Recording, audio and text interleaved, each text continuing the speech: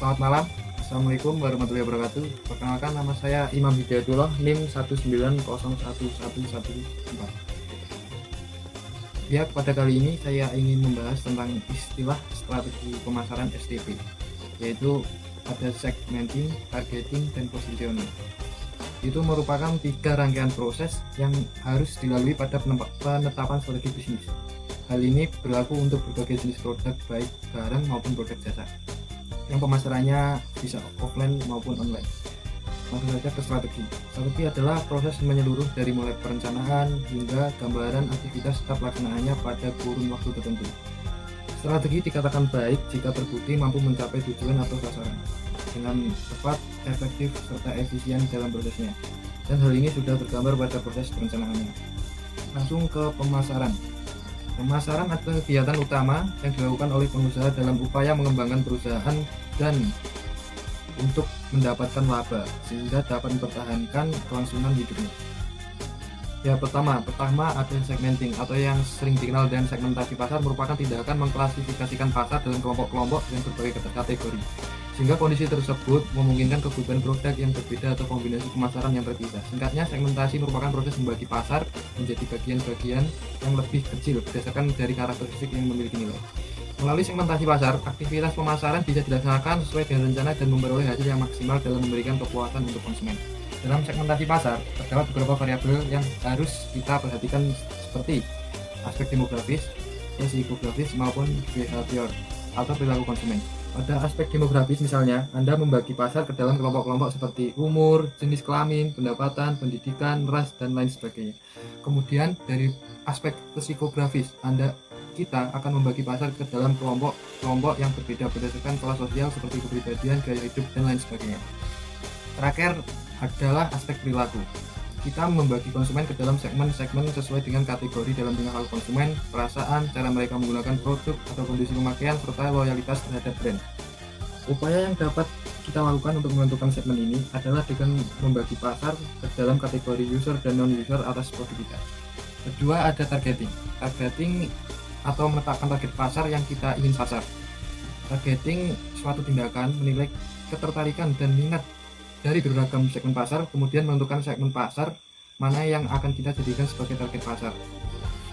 Target pasar dipahami sebagai kelompok yang dipilih oleh suatu bisnis untuk dijadikan sebagai calon pelanggan dengan melakukan penargetan dan segmentasi. Dapat 4 strategi yang bisa kita pilih dalam melakukan targeting, diantaranya undifferentiated targeting strategi, kedua differentiated targeting strategi, ketiga concentrated targeting strategi, dan yang terakhir custom targeting strategi.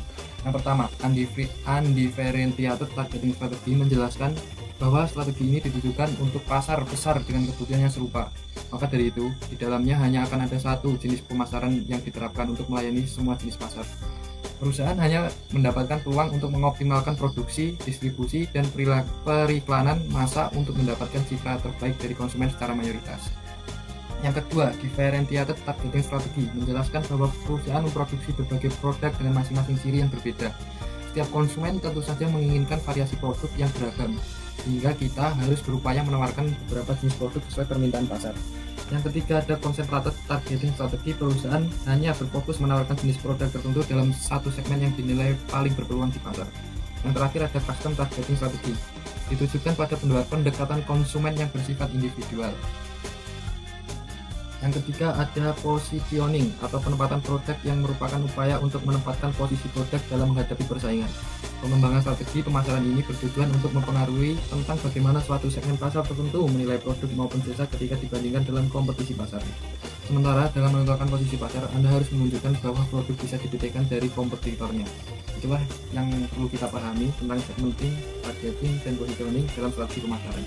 Dengan demikian, pemasaran yang kita jalankan mendapatkan hasil yang optimal, yaitu menarik minat konsumen agar mereka melakukan transaksi pembelian. Ya, setelah kita membahas tentang strategi pemasaran STP, saya mulai merasa ngantuk. Bagaimana kalau kita ngopi dulu untuk memulihkan mata agar tidak mengantuk, ya. Ya, saya mengopi kopi kapal api yang merupakan kopi dari produk PT Santos Jaya Abadi di Semarang, Sidoarjo, Jawa Timur. Ini merupakan paduan biji kopi pilihan Arabica dan Robusta. Ya, setelah saya membuat kopi,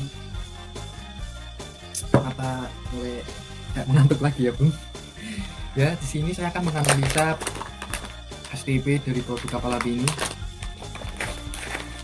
dari segmentasi demografi. Penjualan produk kopi kapal api ditujukan untuk para penduduk di daerah kota-kota kecil, kota-kota besar, karena tidak menetapkan wilayah sasaran geografik.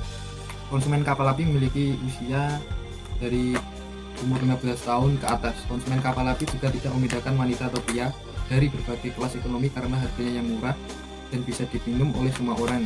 Untuk mendukung keberadaan barang kapal api, banyak menyebar pasar-pasar eceran dibanding perdagangan besar. Ya, langsung saja ke targeting. Targeting produk ini pria dan wanita berusia remaja sampai dewasa.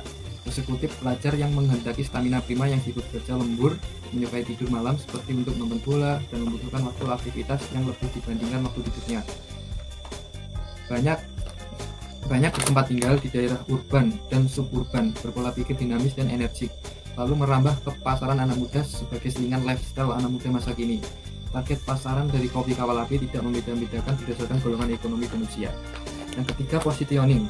Positioning lokasi pembelian yang selalu dekat dengan konsumen, harganya yang murah sehingga tidak memberatkan pengeluaran sehari-hari. Rasa dan aroma kopi kapal api yang khas dan tidak bisa ditiru oleh merek lain.